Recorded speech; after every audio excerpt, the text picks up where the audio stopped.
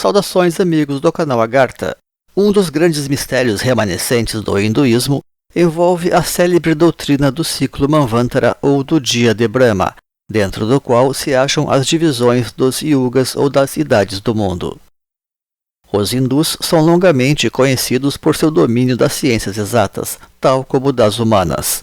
Experts na ciência moderna empregam supostos modelos de rigor científico no campo da astrologia. Contudo, que tipo de mistério insondável ronda suas escrituras, veneradas por milhões de indivíduos há milênios, quando emprega um calendário tão vago e exótico como este do Manvantara? Estaremos discorrendo então nesta série sobre as diversas chaves que contribuem para descerrar os profundos mistérios dessa ciência, tais como são as chaves axial, escalar, fractal, iniciática e assim por diante. Nesta primeira parte, conheceremos uma chave tradicional, designada aqui como axial, e que representa uma verdadeira chave quântica de consciência, como veremos após nossa vinheta. Deixe o seu like, inscreva-se, ative o sininho e compartilhe. É de conhecimento geral que o Oriente é pródigo em exagerar na medida das coisas. Isso não se limita ao vasto conhecimento acumulado lá existente, mas inclui a intenção de impactar o espectador, seja para captar a sua atenção, como técnica ou didática oral, seja para impressionar e cativar o seu espírito, como recurso espiritual mesmo. Esta seria, pois, uma primeira explicação para o emprego de ciclos e de outras doutrinas que soam longe de ser científicos nas filosofias orientais. Ainda assim, por detrás dessas imagens, muitas vezes existem conhecimentos profundos, quiçá ocultos por véus. Então, talvez a primeira coisa que as pessoas deveriam refletir é que as categorias convencionais de cronologia védica podem não ser assim tão científicas, passando talvez antes como recursos simbólicos. Ao mesmo tempo, elas também podem oferecer soluções científicas através de certas chaves a elas atreladas.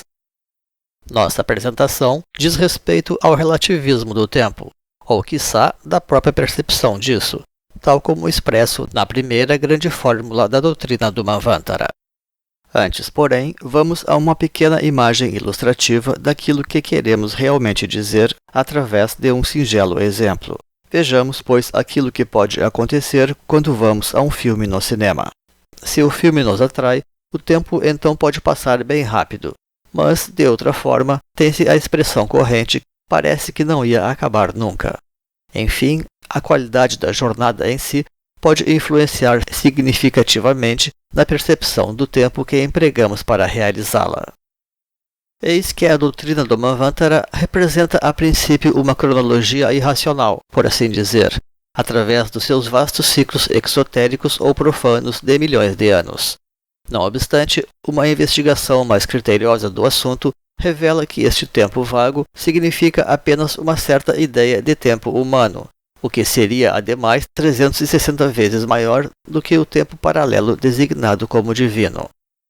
E aqui teríamos, pois, uma precoce representação do dualismo quântico, em torno das possibilidades da realidade como onda ou como partícula, e onde estas grandes variáveis da consciência estão expressas em termos de tempo humano e de tempo divino.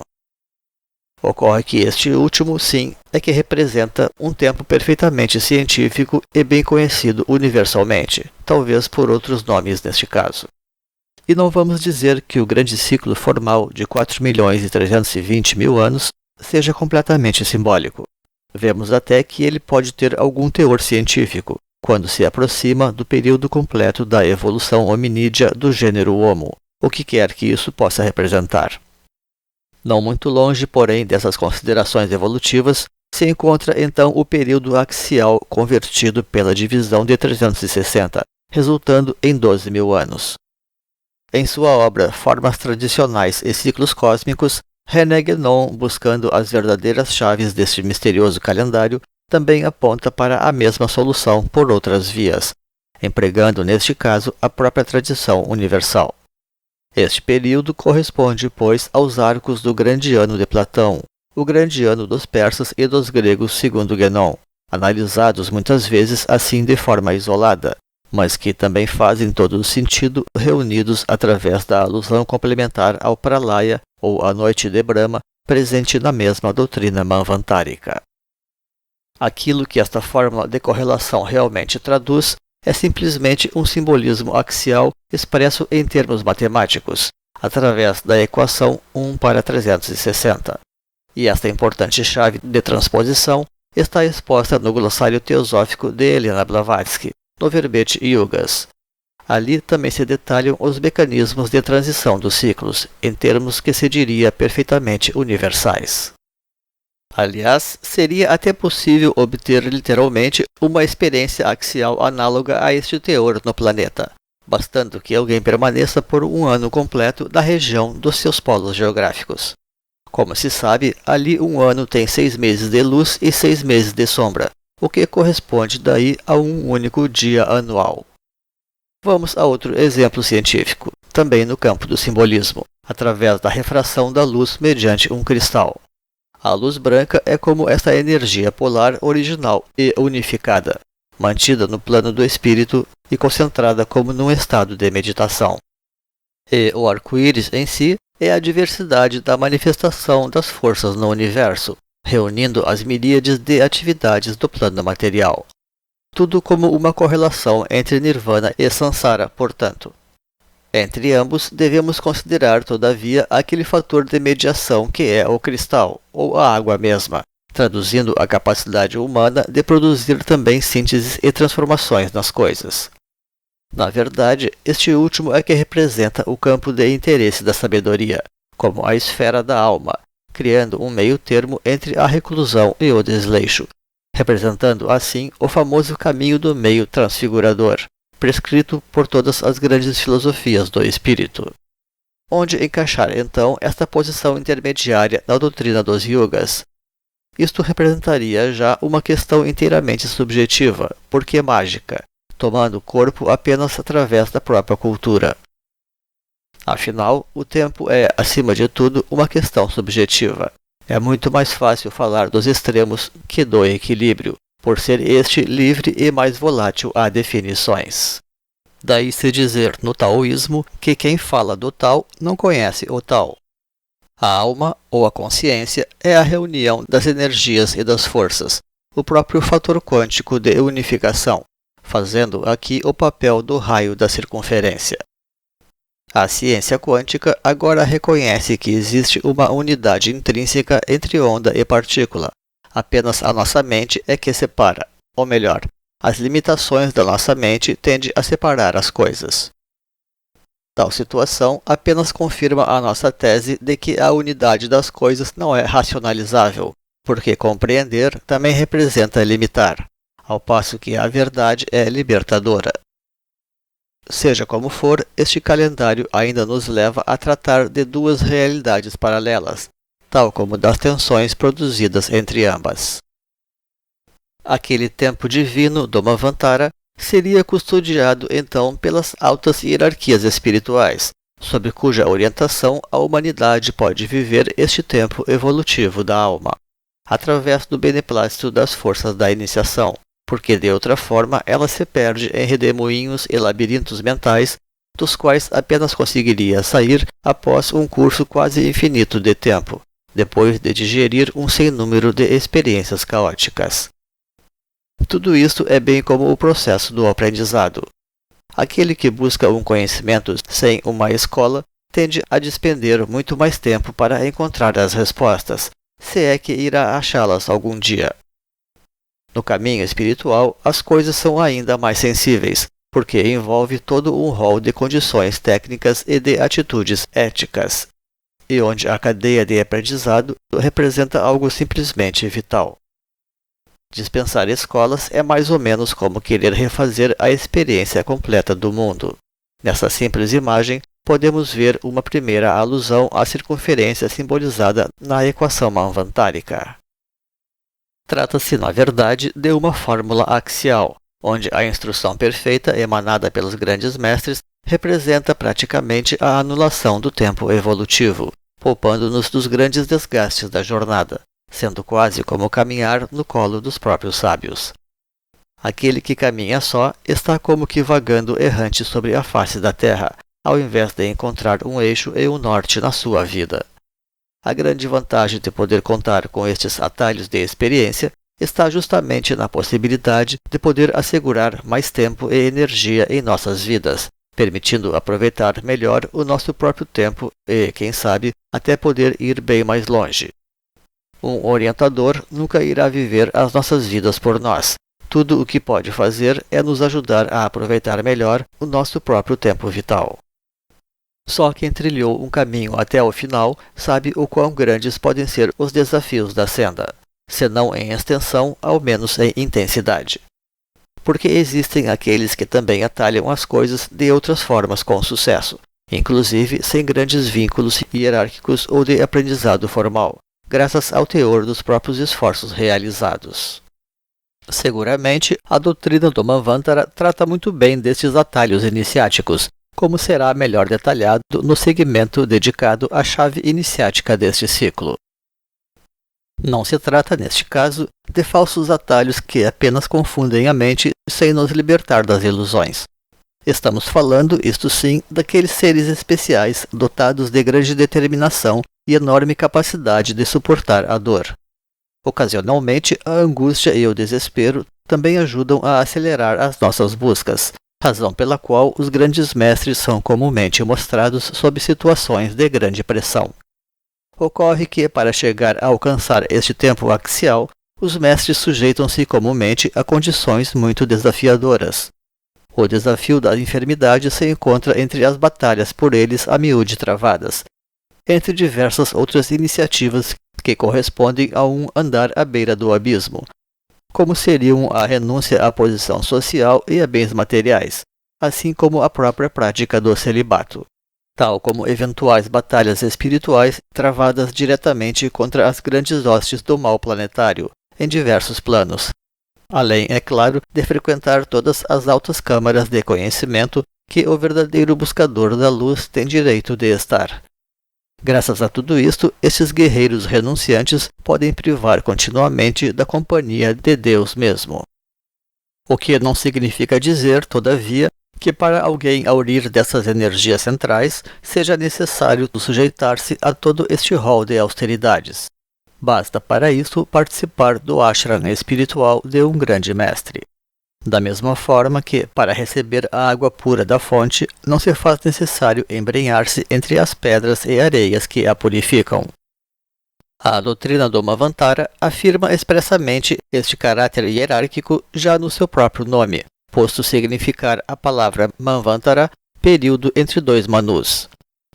Manu, ou mentor, é o nome dado no hinduísmo aos avatares do deus Brahma, e que são também mestres coletivos ou civilizatórios, ao modo dos grandes patriarcas bíblicos. Prossigamos, porém. É corrente dizer no meio yogi que a salvação só pode ser encontrada quando a nossa urgência espiritual for tão forte quanto a nossa necessidade de respirar. Na literatura de Carlos Castaneda, conta-se que os guerreiros espirituais toltecas costumam colocar-se no começo das suas sendas sob o tacão de diferentes tipos de tiranos, a fim de serem provados desta forma e depurarem-se dos seus próprios egos. Nas biografias sagradas, os grandes iniciados são postos muitas vezes sob condições precárias e incômodas. Viu-se isto ocorrer com Osíris, Jesus, Odin, Quetzalcoatl, etc. O que se sabe do Buda, na sua última encarnação, é que renunciou a muita coisa, contando sempre tais atitudes bastante na senda espiritual. Além de abdicar da sua alta posição social e a todo o seu principado, abriu mão também de uma jovem família. Ninguém pode imaginar que a dor de uma separação dessa natureza não estimule um nobre espírito a encetar os seus esforços espirituais com redobrada seriedade e determinação. E isto foi visto pelas intensas austeridades a que ele se entregou, até descobrir um caminho mais verdadeiro. Então, o Buda encontrava-se sob uma forte pressão moral, enquanto realizava as suas importantes buscas, destinadas a abrir caminhos para um sem número de gerações. Segue nesta mesma linha a prova simbólica que Deus pediu a Abraão de sacrificar o seu filho Isaque, para testemunhar que seu amor a Deus estava acima daquele dedicado à família terrena. Não como um simples capricho divino, mas porque uma liderança como Abraão deveria ser capaz de muito desprendimento pessoal para bem cumprir sua grande missão. Nos evangelhos repete-se esse tipo de concessão, condicionada à vida espiritual consagrada. Tudo isso demonstra o quanto o trato do tempo pode ser subjetivo, a depender da motivação de cada um. O simples fato de alguém estar num mosteiro já representa uma provação, tal como uma consagração. O ambiente pode favorecer sob todos os aspectos, incluindo o convívio de pessoas experientes e dedicadas. Podemos até citar a nossa experiência a respeito, e que remete diretamente ao simbolismo em questão. Estando vivendo num ashram espiritual consagrado, pude perceber a certa altura o grande valor que possui realmente este ambiente puro e elevado. Sob o impacto de práticas contínuas e variadas, pude perceber que a minha energia elevava-se continuamente, dia após dia, de tal modo que a cada novo dia eu recomeçava os trabalhos no nível da energia da véspera, para assim seguir adiante, como se estivesse a subir uma escada vibratória. Não casualmente, o simbolismo da escada se faz presente junto a várias representações divinas, como de Osíris e de Maitreya mesmo, tal como entre os Hopis, denotando provavelmente este tipo de sabedoria científica. Em contraste a isso, aqueles ambientes menos favoráveis, onde eu também realizei as minhas práticas espirituais, quiçá até sob um outro estilo de vida, não me permitiam fixar as energias de forma tão esplêndida, de modo que era um contínuo recomeçar das coisas, exatamente como no símbolo de uma roda vazia que não leva a lugar nenhum. Por esta razão, muita gente cansa e desiste das suas práticas. Alguns, todavia, que sentem um real apelo interior e manifestam uma vocação espiritual, procuram, ao menos por certo tempo das suas vidas, ambientes mais nobres para alcançar os resultados que almejam, e pouco importa se o façam também premidos por algum tipo de aguilhão moral ou não. Deixaremos nos créditos o link para um vídeo que realizamos sobre a vida de ashram. E deste modo, o tempo vivido num monastério ou o tempo experimentado numa meditação é certamente diferente do tempo experimentado numa atividade qualquer de lazer ou dentro de uma cidade turbulenta, tal como o tempo passado na natureza também é especial. O tempo vivido junto a um mestre é único, porque praticamente se anula ali. Qual a importância definitiva, afinal, da presença das forças da luz encarnadas em especial? Pergunta-se então. Eis que existe uma questão que o homem comum não costuma computar bem, inicialmente porque mal percebe e, em última análise, porque termina por se identificar ou se sujeitar a elas. Trata-se das forças ativas do mal e das trevas, da ignorância, enfim, agindo no mundo e por detrás dele, criando todo tipo de armadilha e de ilusão. Somente os verdadeiramente despertos têm a capacidade de perceber e de levantar barreiras contra estas forças negativas, a partir de medidas internas e exteriores. Isto faz com que o refúgio e a proteção se tornem essenciais para a preservação da consciência e a verdadeira evolução humana. Dentro destes grandes ciclos, encontram-se, pois, as divisões dos yugas, as idades do mundo. Afinal, aquelas transposições subjetivas de tempo, ou da consciência periférica para o tempo central, ou atemporal mesmo, tampouco se faria necessariamente de imediato, cabendo observar também etapas que, em última análise, correspondem às idades planetárias. E para concluir esta apresentação, revisemos algumas das principais considerações científicas sobre o relativismo do tempo. O cerne da tese de Einstein vincula a forma deste universo à velocidade da luz. Ao alcançar tal velocidade limite, podemos encontrar realidades totalmente diferentes, incluindo a possibilidade de viajar no tempo.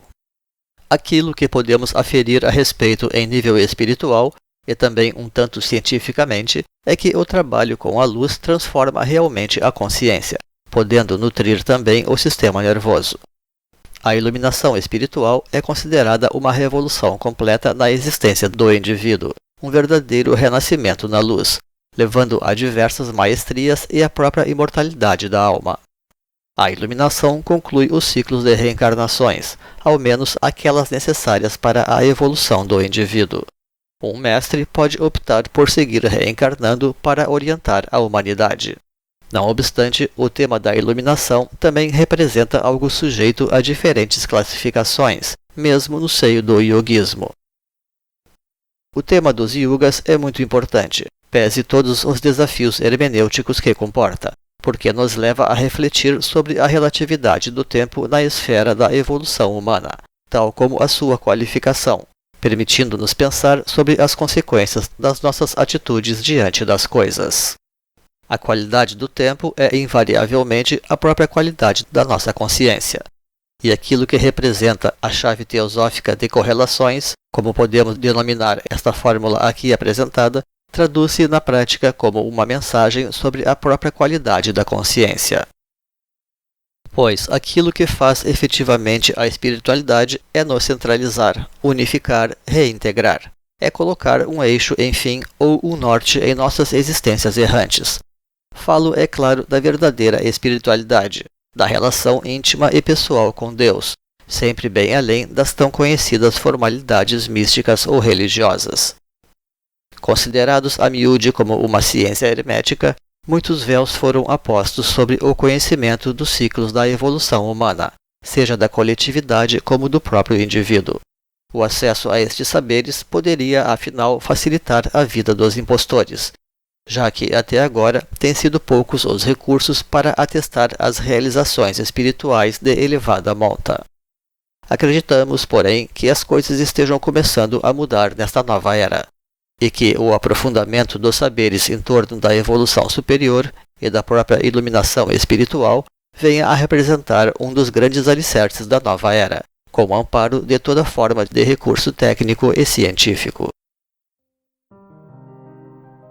E com isto estamos encerrando esta apresentação, onde demos início a uma rica jornada pelos meandros de um dos maiores mistérios da humanidade, a partir mesmo da análise das variantes da consciência, observando então que a relação centro-periferia desta chave axial se encontra diretamente relacionada à dualidade quântica de energia-matéria ou de onda e partícula.